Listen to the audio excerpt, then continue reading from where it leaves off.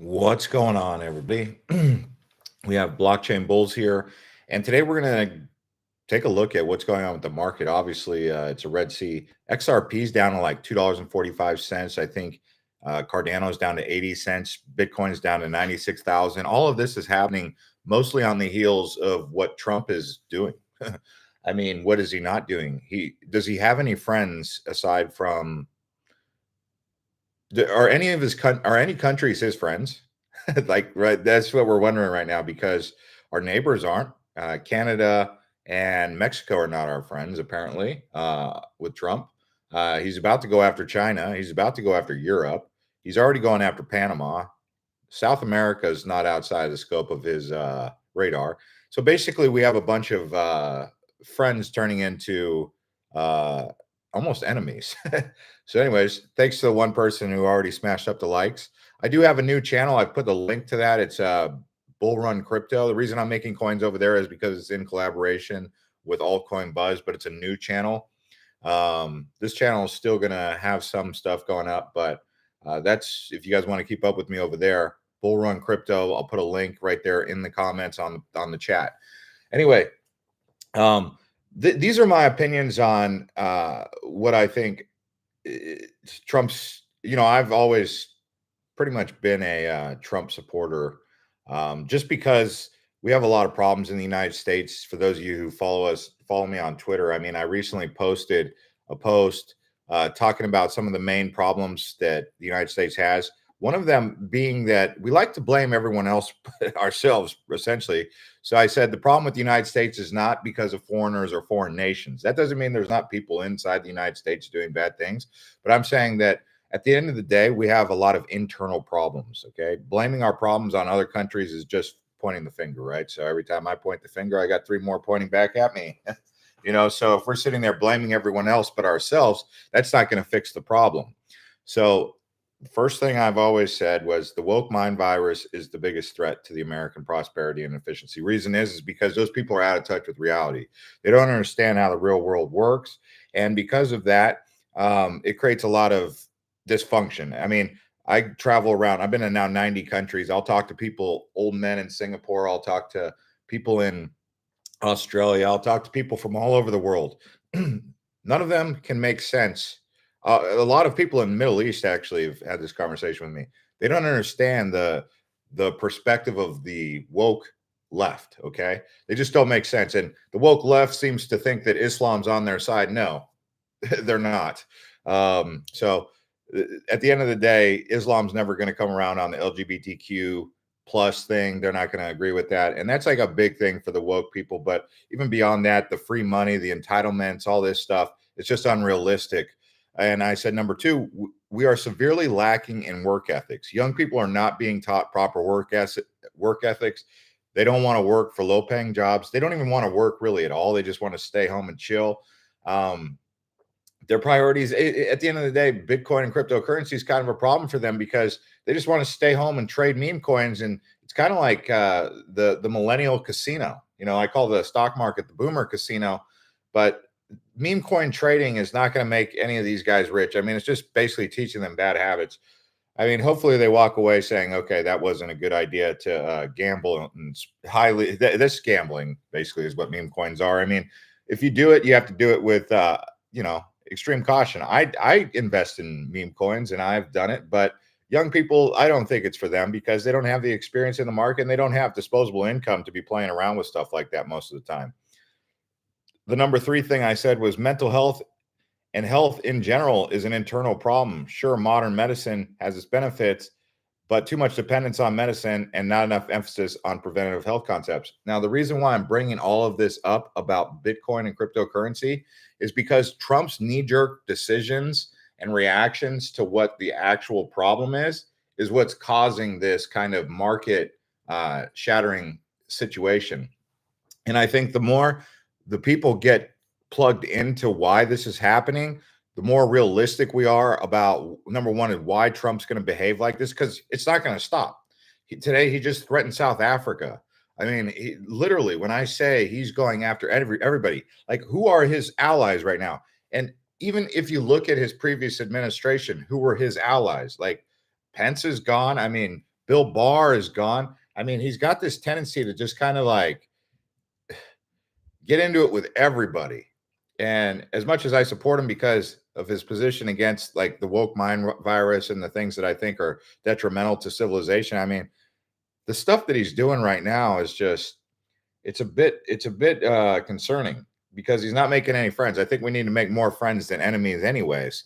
You don't want to create these enemies, and going around like swinging the bat around, being like, "All right, who's next? Who's next?" Like, I don't know. And I bring this up because the United States is supposed to be investing in cryptocurrency and Bitcoin and American-made technologies, but like, who's going to want to invest in American-made cryptocurrencies if they don't even trust the United States to be a trade partner or an ally, right? So that's something to keep into consideration. And then I said number four, pride is a big problem in the United States.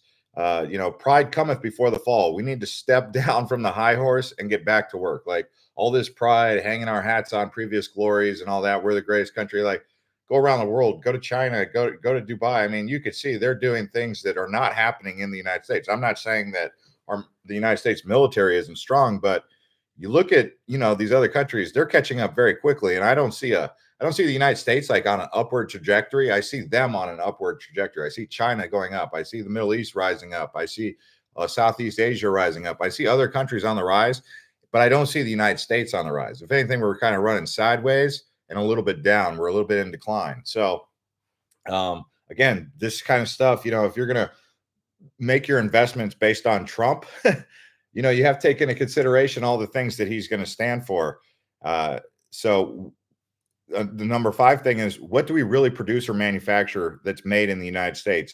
Sure, we have a bunch of digital services, we have big tech, but as far as real world commodities like your TV, your sofa, your phone, that stuff is mostly manufactured outside the United States and then put together by under the title of Apple or an American company, Ford. Like, how much of your Ford vehicle is actually manufactured in the United States? I mean, the only thing that we really have that's fully American made is the US dollar. And now there's an effort to move against the US dollar with BRICS, right? So they're basically saying, okay, hey, you guys, United States doesn't want to play ball with the rest of the world. So the rest of the world is like collectively coming together to like, uh, to just basically put US over in its corner and be like, okay, bye, we're moving on without you. And I mean, when the momentum is in their favor and not in your favor, I don't see how that ends up in your. It's kind of like being an old fighter like Conor McGregor and like, thinking that you're still that young hot shot, but you're really not. That's the pride cometh before the fall, right? Like, so, you know, you, America's still a very great country, but we got a lot of problems. We do. Anyone who's against that is not paying attention or not realizing it. And we're entering into that us versus the world mindset where we would rather be everyone's adversary instead of their partner and friend. So this is dangerous on many levels, but the biggest problem is it puts the dollar's reserve status on the line with BRICS, and they want to decouple. And then that leaves us with basically just bad reputation internationally, in an unhealthy and unfit, spoiled workforce. Okay, because mental health, physical health, those are internal problems in the United States. The food supply is not very healthy. There's too much dependence on medicine, not enough emphasis on preventative health ideas. Um, you get off the plane here in Thailand, or you leave Thailand, or you leave China, or you leave Singapore, you leave Europe, and you come home to the United States. Instantly, everyone's obese. Instantly, the whole airport. It's like you went from a place where everyone was mostly fit to like all of a sudden everyone's like obese.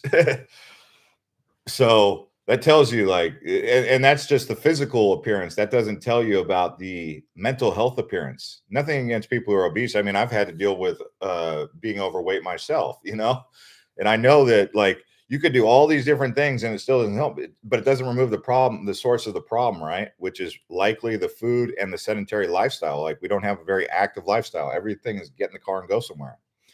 And so how's this going to affect the cryptocurrency market moving forward? It's hard to really like trust Trump right now. And he was the reason why this pump happened, because he put a lot of wind behind the sails for us, like saying, hey, we're going to make Bitcoin a great thing. It's going to be American stock reserves, all this stuff, America stockpile. And right now, the rest of the world will hear that and kind of be like, I mean, we already saw what Christine Lagarde from the EU said about Bitcoin. I don't know if you guys saw that, but she said it's not happening. The EU, Czech Republic was going to do it, and then they got put in their place by Christine Lagarde. Exactly. Maradi says Trump is unpredictable. I see you guys in the comments, CB. Yeah, you guys can follow me over on my new channel, by the way, where I've been posting most of the videos, Bull Run Crypto. You guys can check it out over there. But I'll put a link here and down below afterwards for those of you who are looking for that. But like you said, Trump is unpredictable. It's crazy because I have been making some investments. My company has made some investments. I finally got my LLC was approved for a brokerage account with one of the exchanges. It took forever to get it, and that was like a month ago. So I was forced to be buying in at those prices. A little bit of FOMOing, but right now, like Solana at 198. I mean, I would have rather them, like, if they were going to wait, they should have waited until today. Now I would be like buying Solana at 198 instead of like 230. Or Sui. I mean, I could still buy. I've put about I would say around 1/3 of my LLC's capital into cryptocurrency, and now I'm debating whether or not I should put more in at these prices. Of course, you should buy when others are fearful. Cardano down to 78 cents. I mean, the best buy on the board right now has got to be Solana. Ethereum is just, I don't know. I think Ethereum is not doing so hot. I don't think the future is very bright for Ethereum. So we'll see what ends up happening. But yeah, I just wanted to make this video and see what's up with you guys. Hopefully you guys are all well. We'll make some more videos live streaming here, and see you over on Bull Run Crypto as we continue to analyze this market day by day. Tomorrow is going to be an interesting day. I mean, I anticipate stock market is going to have a sell-off. And all of that is going to be because of Trump. At what point in time does Trump start to panic and say, okay, he's doing too much. He's overcorrected too much. He needed to do some correction, but he might have overcorrected. So we'll see what ends up happening. See you guys on the next one.